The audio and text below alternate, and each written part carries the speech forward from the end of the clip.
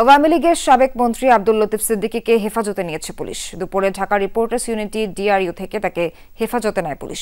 এর আগে ডিআরইউতে মঞ্চ ৭১ নামে একটি সংগঠনের ব্যানারে আয়োজিত অনুষ্ঠানে সেখানে যান তিনি। পরে আব্দুল লতিফ সিদ্দিকীকে অবরুদ্ধ করে সাধারণ জনগণ। অনাকাঙ্ক্ষিত পরিস্থিতি এড়াতে পুলিশ লতিফ সিদ্দিকীকে হেফাজতে নেয়। তবে তাকে আটক করা হয়েছে কিনা সে বিষয়ে পুলিশের পক্ষ থেকে বিস্তারিত কিছু জানানো হয়নি।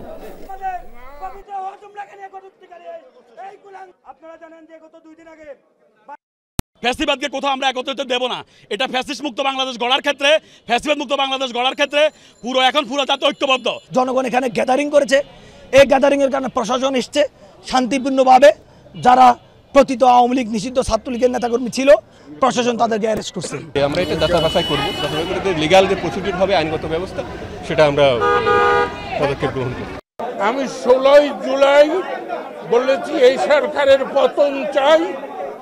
বৈষম্য বিরোধী আন্দোলন যারা করছে আমি তাদেরকে 100% সমর্থন করি।